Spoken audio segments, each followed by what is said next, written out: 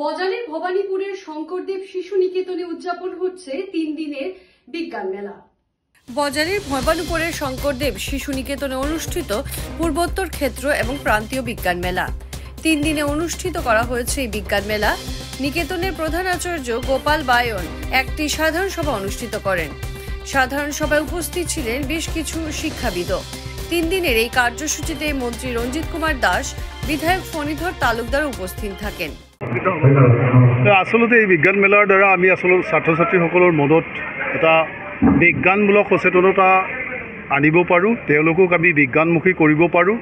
আমাৰ যিবোৰ সংযোগ আৰু মানৱীয় সম্বন্ধ এইবোৰৰ ক্ষেত্ৰত বিজ্ঞানৰ যি দৃষ্টিভংগী সেইবোৰ প্ৰয়োগ কৰিব পাৰোঁ আৰু জীৱনৰ পৰিৱৰ্তনৰ ক্ষেত্ৰত বিজ্ঞানৰ ভূমিকা সম্বন্ধেও আমি তেওঁলোকক সুন্দৰকৈ জ্ঞান প্ৰদান কৰিব পাৰোঁ। আৰু সেইকাৰণে এনেধৰণৰ বিজ্ঞানৰ যি আলোচনা নতুবা বিজ্ঞান মেলা, এই বিজ্ঞান মেলা বিশেষভাৱে গুৰুত্বপূৰ্ণ।